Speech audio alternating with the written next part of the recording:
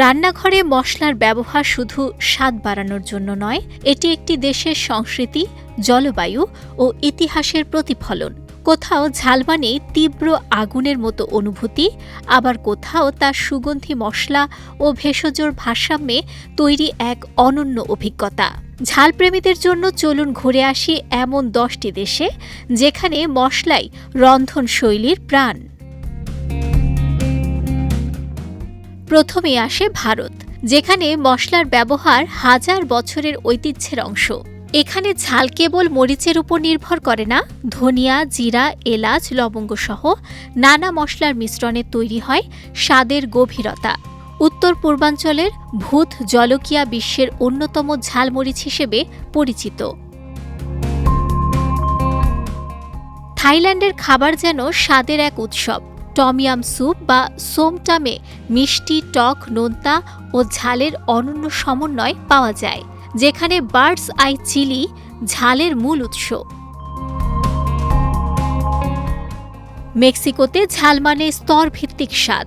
চিপোটলে ও হাবানেরোর মতো মরিচ খাবারে ধোঁয়াটে গভীরতা যোগ করে, যা ধীরে ধীরে জিভে ছড়িয়ে পড়ে।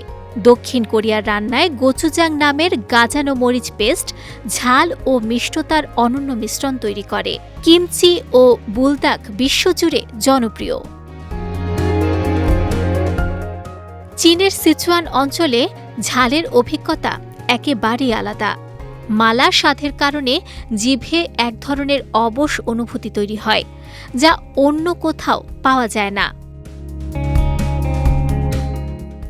আফ্রিকার ইথিওপিয়াতে বেরবেরে মশলার মিশ্রণ খাবারে ঝাল ও সুগন্ধের ভারসাম্য আনে। ডোরোয়াট এর একটি উৎকৃষ্ট উদাহরণ। জামাইকায় ব্যবহৃত স্কচ বনেট মরিচ ঝাল ও সুগন্ধের দারুণ মিশ্রণ তৈরি করে। জার্ক চিকেন ঝালপ্রেমীদের কাছে অত্যন্ত জনপ্রিয়। পেরুর আজি আমারিলো মরিচ তুলনামূলক কম ঝাল হলেও খাবারে এক বিশেষ উষ্ণতা ও রং যোগ করে, বিশেষ করে সেভিচেতে। মালয়েশিয়ার সাম্বাল ঝাল চাটনি খাবারে আলাদা মাত্রা যোগ করে। নাসি লেমাকের সঙ্গে এর স্বাদ অনন্য।